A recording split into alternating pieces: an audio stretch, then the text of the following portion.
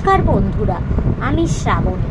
রোজকার মতো আজও আমি এসে গেছি তোমাদের গল্প শোনাতে। আমার এই গল্পের আসর চ্যানেলটিতে আমি তোমাদের রোজ বিভিন্ন ধরনের ছোট গল্প শোনাই। আজকে আমি তোমাদের ভাই বোন নামে একটি ছোট গল্প শোনাবো। তো বন্ধুরা, আমি যেহেতু একজন শারীরিক প্রতিবন্ধী, নিজের প্রতিবন্ধকতাকে ভুলে নিজের একটা পরিচয় তৈরি করব, সেই লক্ষ্যেই তোমাদের এই গল্প শোনানোর কাজটা শুরু করেছি। এই কাজে আমি তখনই সফল হব যখন তোমরা আমার বলা গল্পগুলো স্কিপ না করে গিয়ে পুরোটা শুনবে, আমার চ্যানেলটা সাবস্ক্রাইব করবে, ভালো লাগলে লাইক করবে, কমেন্ট করবে ও একটু শেয়ার করে দেবে। আর এখনও অবধি যেসব বন্ধুরা আমার চ্যানেলটাকে সাবস্ক্রাইব করেছো তাদেরকে আমি অনেক অনেক ধন্যবাদ জানিয়ে আজকের গল্প শোনানো শুরু করছি। তো চলো শুরু করে দিই আজকের গল্পটা। গল্পের নাম হলো ভাই বোন। অনেক কাল আগেকার কথা, এক দেশে এক ধনী লোক বাস করত। লোকটির একটি ছেলে আর একটি মেয়ে ছিল। ছেলেটি ছিল ফুটফুটে সুন্দর, কিন্তু মেয়েটা অত সুন্দর ছিল না।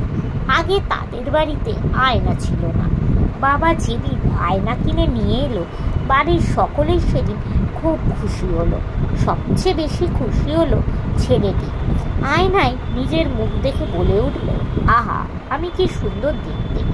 বোনটির দিকে তাকিয়ে ছেলেটি বলল, তোর চেয়ে আমি অনেক সুন্দর, আমাকে দেখ। ভাইয়ের কথা শুনে তো বোনের মনটা খারাপ হয়ে গেল। খুব রাগ হলো তার। সে ভাইকে ধাক্কা দিয়ে বলল, দূর হয়ে যা তুই আমার সামনে থেকে। তাদের বাবা পাশের ঘরেই ছিল।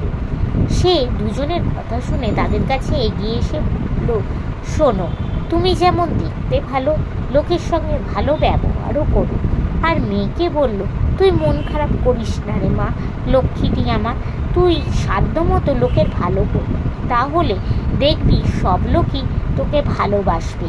দেখতে তুই ভাইয়ের মতো সুন্দর নোস, তো কী হয়েছে, তাতে কিছুই এসে যাবে না। তুই লোকের ভালো করলে দেখবি তোকে সবাই কত ভালোবাসবে। আমার কথাটা তুই পরে মিলিয়ে দেখে নিস।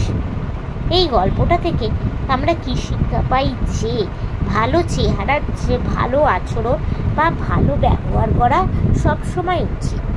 নমস্কার। তো বন্ধুরা, আজকের এই ছোট গল্পটা এখানে শেষ হয়ে গেল। তোমাদের যদি ভালো লাগে প্লিজ একটা লাইক করে দিও, আমার চ্যানেলটা একটু সাবস্ক্রাইব করো ও শেয়ার করো। আজকের মতো আমি বিদায় নিচ্ছি। আবার আমি কাল চেষ্টা করব তোমাদেরকে এরকমই কোনো একটা ছোট গল্প শোনাতে। আজকের মতো টাটা।